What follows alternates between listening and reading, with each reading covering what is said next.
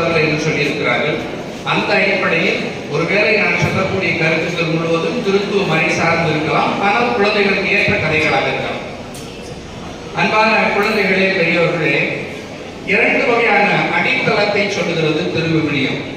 ஒன்று, ஒரு மனிதன் பாறை மீது வீட்டை கட்டுகிறார், மற்றொரு மனிதன் மணல் மீது வீட்டை கட்டுகிறார். எந்த வீடு நிலைத்திருக்கும் என்று சொல்லப்படுகிறது? பாறை மீது கட்டப்பட்ட வீடு மழை பொழியும், வெள்ளம் வரும், ஆனால் அது இடிபடாது, நன்றாக இருக்கும். மணல் மீது கட்டிய வீடு இடிந்து விடும். ஆகவே நம்முடைய எண்ணம், சிந்தனை, சொல், செயல் எல்லாம் பாறையின் மீது கட்டப்பட்ட வீட்டிற்கு ஒப்பாக இருக்க வேண்டும் என்ற ஓமை சொல்லப்பட்டிருக்கிறது. அத்தகைய நற்பண்பை குழந்தைகளாகிய நாம் கற்றுக்கொள்ள வேண்டும். இரண்டாவதாக 2 நபர்களை அழைக்கிறார், அவர்களுக்கு வேலை இருக்கிறார்கள். முதல் நபரை பார்த்து நிலத்திற்கு சென்று வேலை செய் என்று அழைப்பு கொடுக்கிறார். அவர் இதோ செல்கிறேன் என்று சொன்னார், ஆனால் அவர் செல்லவில்லை. இரண்டாவது நபரை பார்த்து வேலைக்கு செல் என்று சொல்கிறார், அவன் செல்ல மாட்டேன் என்று சொல்கிறார், ஆனால் பிறகு மனம் மாறி நிலத்திற்கு வேலைக்கு செல்கிறார். இப்பொழுது இந்த 2 நபர்களில் முதல் நபர் செல்வேன் என்று சொன்னார், ஆனால் அவர் செல்லவில்லை. இது வாழ்க்கைக்கு உகந்தது அல்ல.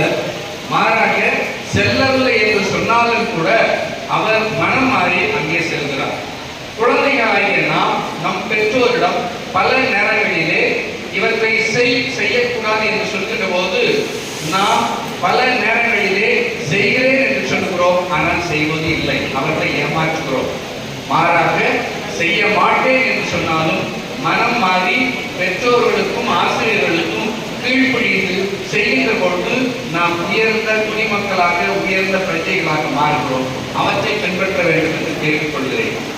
அதற்கு அடுத்தபடியாக இந்த குழந்தை செல்வங்களை சொல்கின்ற போது பழைய ஏற்பாட்டிலே அதிகமான வசனம் சொல்லப்பட்டிருக்கிறது. அவையெல்லாம் என்ன என்றால், குழந்தையை தொடக்க காலங்களிலே கண்டித்து வளர்க்க வேண்டும். அவர்கள் விரும்பியவாறு வளர்க்கக்கூடாது, மாறாக நாம் விரும்பியவாறு வளர்க்க வேண்டும் என்று சொல்கிறார்கள்.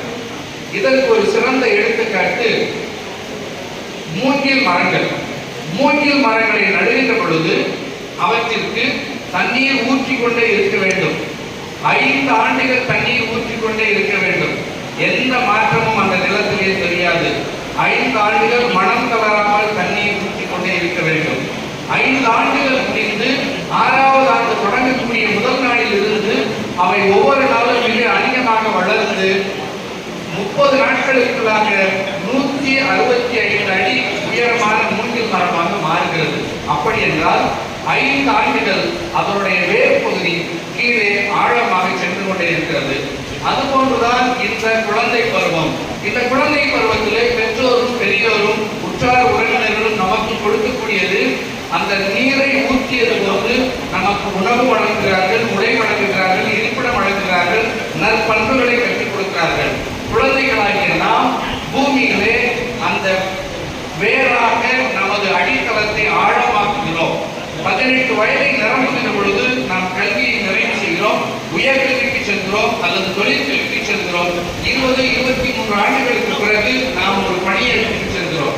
அப்படி என்றால் மிக விரைவாக அந்த பணியை கற்றுக்கொள்கிறோம். அந்த பணியில் இருந்து நாம் நினைக்கக்கூடிய எதிர்பார்ப்பை, சம்பளத்தை பெறுகிறோம். நமது குடும்பமோ நமது பெற்றோரோ மிக சிறப்பாக இருக்கிறார்கள். ஆகவே இந்த மூங்கில் மரம் போன்று நாம் இந்த குழந்தை பருவத்திலே ஆழமாக வேரூன்ற வேண்டும், நற்பண்புகளிலே வேரூன்ற வேண்டும். அவற்றை நம் வாழ்க்கையிலே கடைபிடித்தால் வெற்றி பெறுவோம். தொடர்ச்சியாக இந்த அமைப்பு நடத்தக்கூடிய இந்த நிகழ்வு எல்லா சமூக மக்களும் இதில் பயன்பெற வேண்டும் என்று அனைத்து மாணவர்களையும் அழைத்து முதல் 3 இடத்தை பெற்றவர்களுக்கு பரிசு கொடுக்கிறார்கள். அப்படி என்றால் இவர்களுடைய தாராள உள்ளத்தை நாம் பாராட்ட வேண்டும். இது போன்ற நிகழ்வுகளியாக நாமும் இந்த சமயம் கடந்து உள்ள நட்பையும் அன்பையும் புரிந்து கொள்ள வேண்டும், அதை வளர்த்தெடுக்க வேண்டும் என்ற ஒரு பண்பை கொடுக்கிறார்கள். இந்த நிலையிலே உங்கள் அனைவரும் சார்பாகவும் இந்த நிகழ்ச்சியை எடுத்து செய்யக்கூடிய இந்த அமைப்பை நமது கரங்களை தட்டி அவர்களுக்கு வாழ்த்துக்களையும் பாராட்டுகளையும் அன்போடு தெரிவித்துக் கொள்கிறோம். நல்லாவே கரங்களை கட்டலாம்.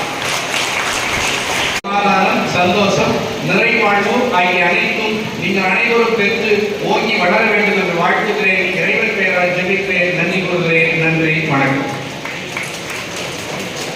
இந்த கல்வியினால் இந்த சமுதாயத்திற்கு என்ன பலன்